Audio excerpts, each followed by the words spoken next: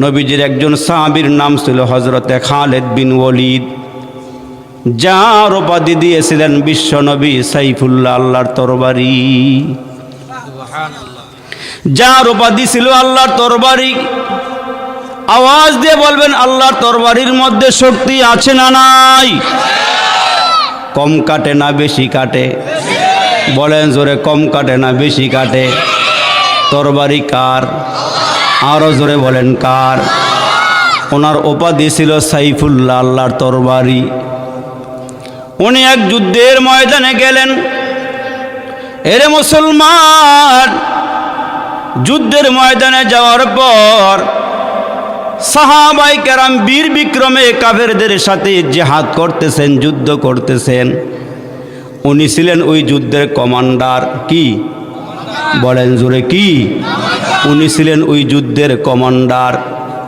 কিন্তু উনি যুদ্ধের ময়দানে সাহাবীরা আর কাফেররা দুই পক্ষ থেকে লড়াই শুরু হয়ে গেছে। কিন্তু হযরতে খালিদ বিন ওয়ালিদ যুদ্ধ বাদ দিয়ে উনি কি জানি তালাশ করতেছেন। হয়রান পেরেশান হইয়া কি জানি তালাশ করতেছেন। সাহাবীরা ডাক দিয়া কয়, খালিদ বিন ওয়ালিদ, তুমি যুদ্ধ বাদ দিয়া কি তালাশ করো? ওই সাহাবী ডাক দিয়া কয়, আমার মাথার মধ্যে একটা টুপি ছিল, ওই টুপিটা হারায় ফেলাইছি, ওই টুপিটা আমি তালাশ করতেছি। কয়, তুমি যুদ্ধ বাদ দিয়া টুপি তালাশ করো কেন? কাফেররা আমাদের দিকে তীর মারতেছে, বল্লম মারতেছে, তুমি কেন টুপি তালাশ করো? কয়, ওইটার মধ্যে আমার অনেক কিছু আছে। আমি যত সম্মানী হয়েছি এই টুপিটার কারণে, আমি এত সম্মানী হয়েছি। আমি যতগুলো যুদ্ধের ময়দানে গিয়েছি এই যুদ্ধের এই টুপির কারণে আমি বিজয় লাভ করতে পেরেছি। অনেক তালাশ করার পর ওই টুপিটা যখন পাওয়া গেল, সাহাবীরা ডাক দিয়া কয়, টুপির মধ্যে কি আছে আমরা একটু জানতে চাই। কয়, এই টুপিটার ভিতরে আমার নবীজির কয়েক গাছা চুল আছে।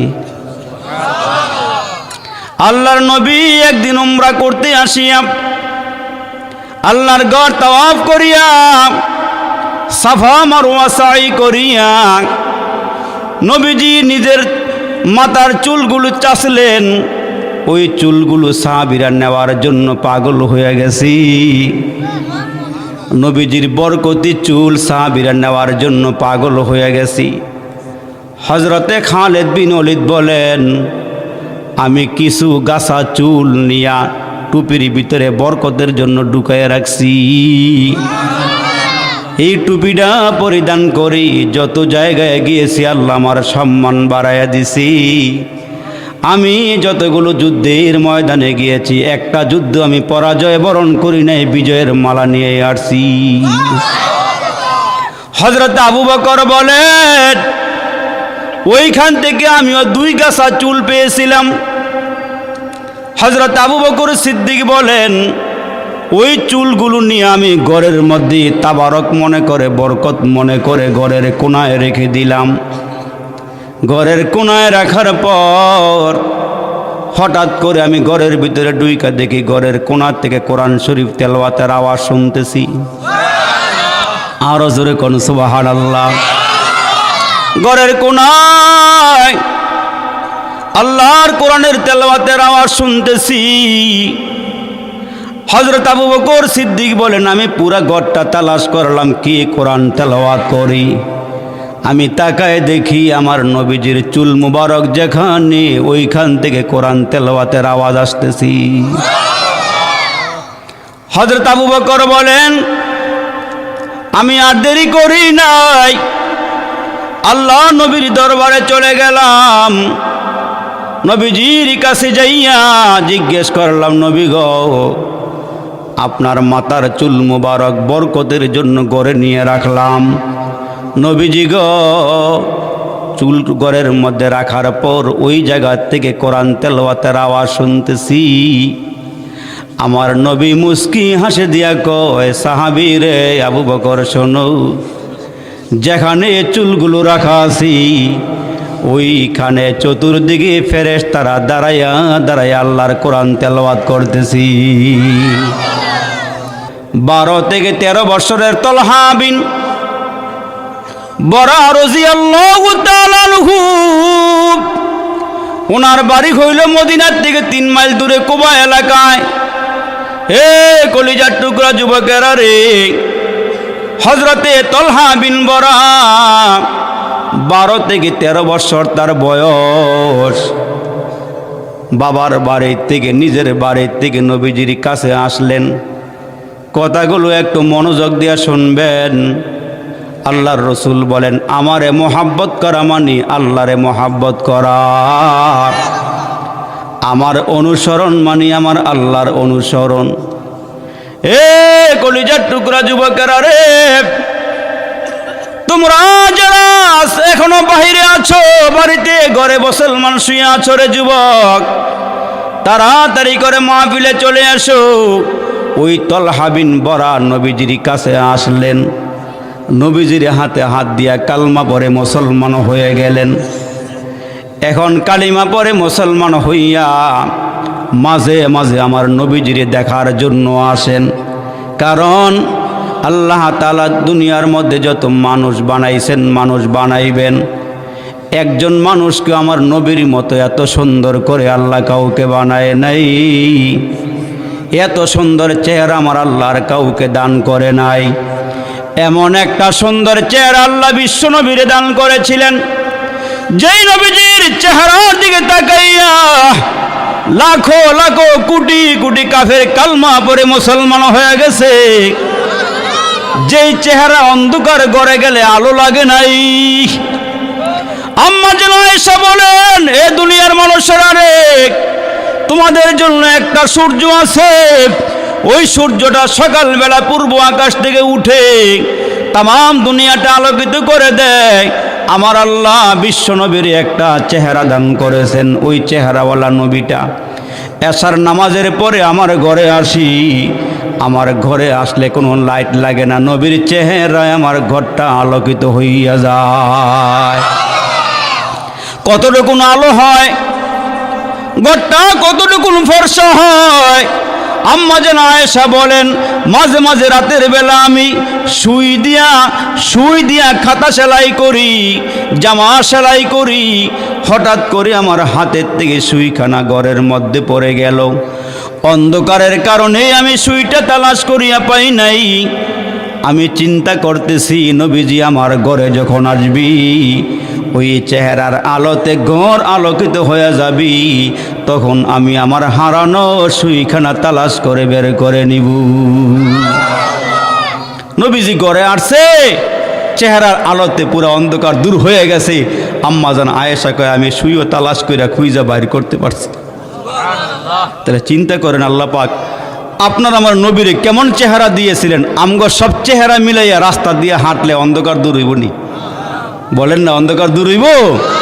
কিন্তু এই চেহারা লইয়া যে বাবা আমরা দেখাই, এটারে সকালবেলা বিকালবেলা দুপুরবেলা এত শুনো মাহি এটারে মাইকা চাই ফর্সা হইতাম। যেইবারের আল্লাহ কালা বানাইছে, হ্যাঁ যদি ফেরান লাভলে মাইকা হুরাটা শেষ করে সাদা হইব নি? আওয়াজ দেন। যেইবারের নাকটা আল্লাহ বসা করে বানাইছে, মলম দিয়ে ডললে খাড়া হইব নি? কথা কন্যা দি। কিন্তু এই চেহারার ভাবসাবই ভিন্ন। দরকার ছিল, আল্লাহ তুমি আমার একটা সুন্দর চেহারা দিছো, আলহামদুলিল্লাহ। কি আলহামদুলিল্লাহ? তুমি শুকরিয়া আদায় করবা। শুকরিয়া আদায় না করে আরো বাপ দেহে আমরা রাস্তা দেয় আদি আর কে বাড়া আমার মতন চেহারা আর কেউ আছে রে, দেখ কি চেহারা আল্লাহ একটা আমরা দিছে। অথচ নবীজির চেহারা কত সুন্দর করে আল্লাহ বানাইছে। বিশ্ব নবীকে আমার চেহারা দেখা দেখা লাখ লাখ কাফের কালমা পড়ে মুসলমান হইছে, শুধু নবীর চেহারাটা দেখা। এ মুসলমান বাবাজিরা রে আমার, এ কলিজার টুকরা যুবক, হযরতে তলহা বিন বরা বলেন, আমি কালমা পড়ে মুসলমান হয়ে গেলাম। নবীজির হাতে হাত রাইখা কালমা পড়ে মুসলমান হয়ে গেল। মুসলমান হওয়ার পর মাঝে মাঝে তলহা আমার নবীজিরে দেখার জন্য আসি। নবীজির কাছে কাছে আইসা নবীজিরে মোহাব্বতের জন্য, নবীজিরে ভালোবাসে, নবীজির পিছন দিক দিয়া গিয়া জড়ায় দইরা নবীজির ঘাড়ের মধ্যে চুমু খায়, খতনে নবুয়াতের সিলমোহরে চুমা দেয়। আবার সামনে গিয়া ওই কিশোর সাহাবী তলহা বিন বরাক নবীজির দুই গালে চুমা দেয়। নবীজির কপাল মুবারকের মধ্যে চুমা দিয়া দিয়া কয়, নবী গো আমি আপনারে ভালোবাসি, নবীজি আপনারে আমি ভালোবাসি। আল্লাহর নবী ডাক দিয়া কয়, সাহাবীরা রে, এ তলহা বিন বরাক, তুমি যেমন আমারে ভালোবাসো আমি নবীও তোমারে তেমন ভালোবাসি। আমার নবী বলেন, তুমি যেমন আমারে ভালোবাসো আমিও তোমারে ভালোবাসি। আল্লাহু আকবার। তো একদিন তলহা বিন বরাক নবীর দরবারে আসলেন। আমার নবী ডাক দিয়া কয়, তলহা রে, তুমি কি তোমার আব্বা আম্মার থেকে আমারে বেশি ভালোবাসোনি? ইয়া রাসূলুল্লাহ, আমি আমার আব্বা আম্মার থেকেও আপনারে বেশি ভালোবাসি। নবীজি কয়ে, প্রমাণ হয়ে যাক, তুমি যে আমারে তোমার আব্বা আম্মার থেকে বেশি ভালোবাসে প্রমাণ হয়ে যাক। হযরতে তলহা বিন বরাক নবীজির সামনে বসা আছেন।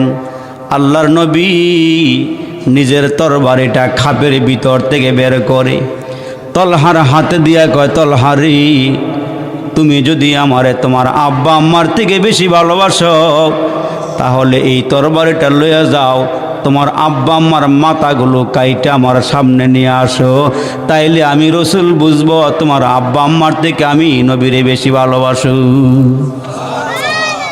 নবীজি তারে পরীক্ষা করতেছেন, আসলে সে মুখ দিয়ে বলে নাকি অন্তর দিয়ে আমারে বেশি ভালোবাসে, একটু পরীক্ষা হয়ে যাক। তো আল্লাহর নবীর তরবারি তলহা বিন বরাক হাতে লইয়া এমন একটা দৌড় মারলেন, এমন একটা দৌড়, অনেক পথ অগ্রসর হয়ে গেলেন আব্বা আম্মার কল্লা কাটিয়ে আনবেন।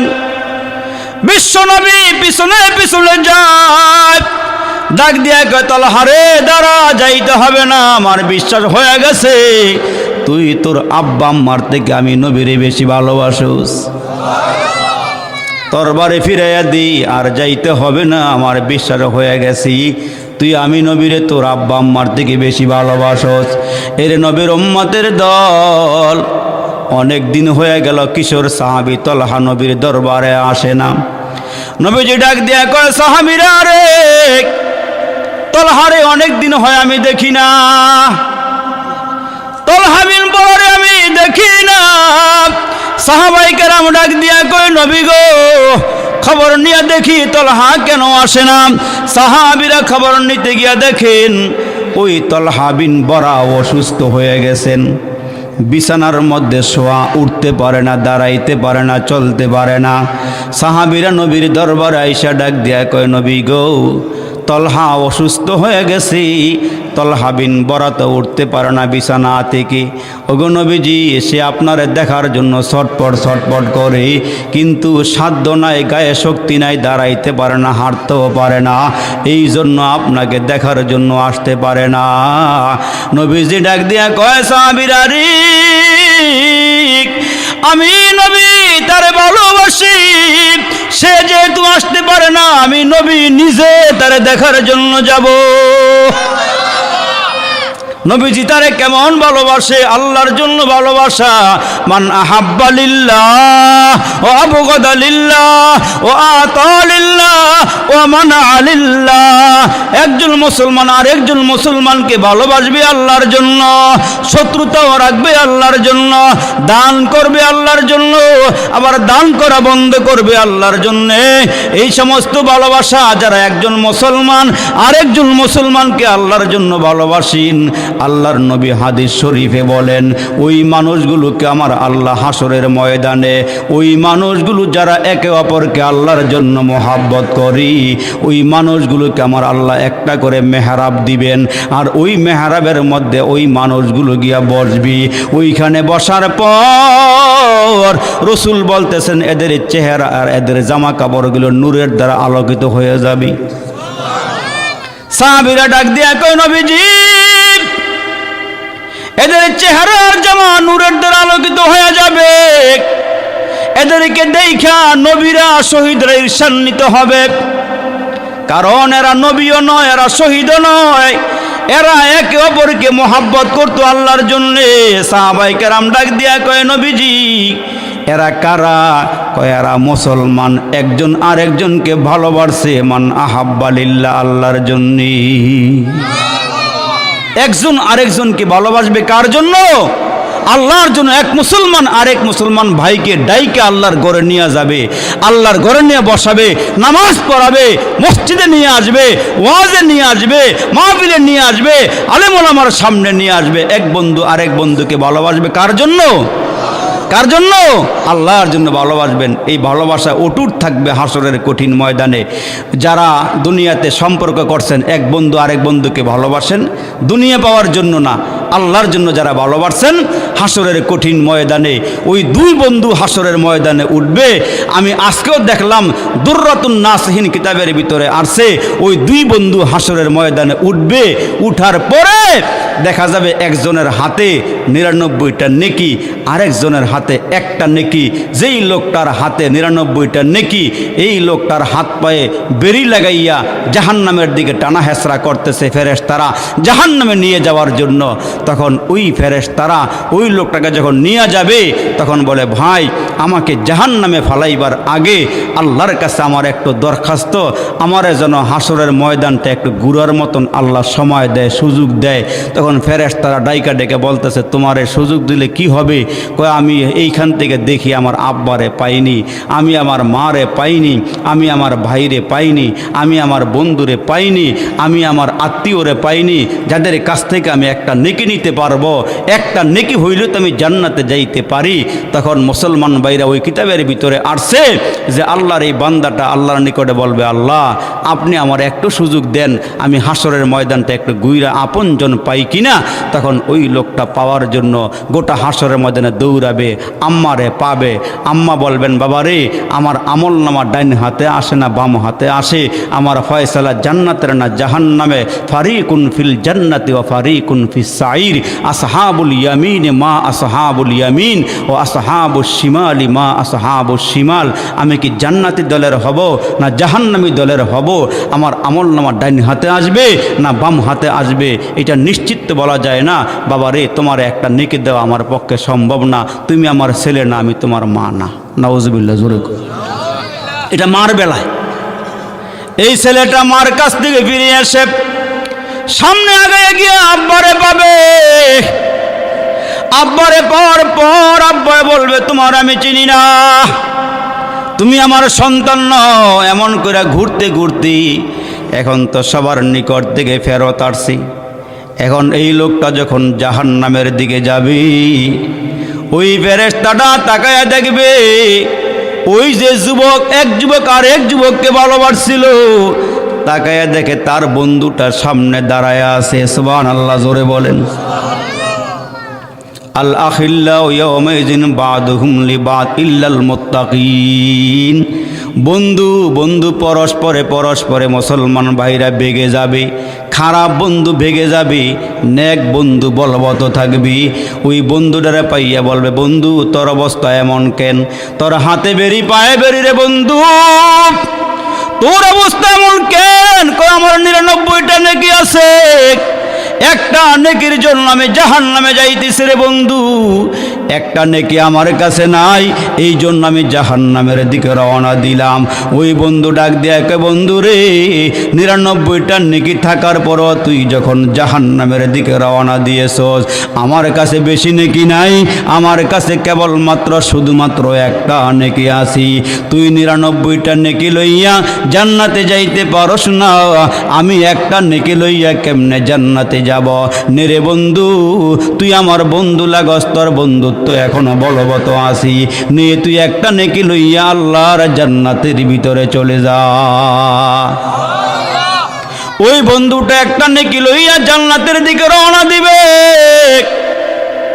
কিছু দূর যাওয়ার পর ওই যে বন্ধু একটা নেকিওয়ালা ডাক দিয়ে বলবে বন্ধু রে তুই ১০০ নেকি পুরা করি আল্লাহর জান্নাতে চলে যাইতেছস, তুই একটা কাজ করিস রে বন্ধু, সুযোগ হইলে আল্লাহর কাছে কইয়া আমার একটু জান্নাতে নেওয়ার ফয়সালা করিস। ১০০ নেকি লইয়া ওই বন্ধুটা জান্নাতের গেটের সামনে গিয়ে সিজদায় পড়ে যাবে, আল্লাহ আমার বন্ধুর কাছ থেকে একটা নেকি লই আমি জান্নাতে যাওয়ার সুযোগ পাইছি, আল্লাহ আমি এখন জান্নাতি, আমি জান্নাতে যাব না, তোমার জান্নাতের সামনে সিজদায় পড়ে রইলাম, আমার এখানে তাকা থাকবো, আমি সামনে আগামু না। আল্লাহ বলবেন কি জন্য আগাবি না? কয় আল্লাহ আমার জন্য জান্নাতের ফয়সালা করছু, আমার বন্ধু জাহান্নামে হয়ে যাইতেছি, আল্লাহ আমি জান্নাতে গিয়া কি করবো একলা একলা? দুই বন্ধু দুনিয়াতে নামাজ পড়ছি একসঙ্গে, দুই বন্ধু রোজা রাখছি একসঙ্গে, দুই বন্ধু ওয়াজে আসছি একসঙ্গে, দুই বন্ধু তবলিগ করছি একসঙ্গে, এই বন্ধুটা নেকি সারা জাহান্নামে হয়ে যাইতেছি, একটা নেকি আমারে দিয়া দিল, এখন আমি জান্নাতে যাইব, আল্লাহ আমি একা জান্নাতে যাব না। কয় তাহলে কি করবি বল? কয় আল্লাহ আমার ওই বন্ধুটারে আমার সঙ্গে দিলে আমি জান্নাতে যাব। আল্লাহ কয় যা, আমি বলেছিলাম ইল্লাল মুত্তাকিন, নেককারদের বন্ধুত্ব বলো থাকবে, যা যা যা তুই তোর গুনাহগার বন্ধুরে লইয়া আমি তারে মাফ করে দিলাম, জান্নাতে চলে যা। এ মুসলমান ভাইরা রে, তুমি আর আমি দুনিয়াতে ঘোরাফেরা করতেছি, ফেরেশতারা লেখা রাখতেছে, জমিন সাক্ষ্য দিবে, ফেরেশতারা সাক্ষ্য দিবে, মুসলমান ভাইরা রে আমার, কিতাব সাক্ষ্য দিয়ে বলবে আল্লাহ তোমার বান্দার সব কিছু লেখা আছে কিতাবের ভিতরে, জমিনে বলবে আল্লাহ, জমিনে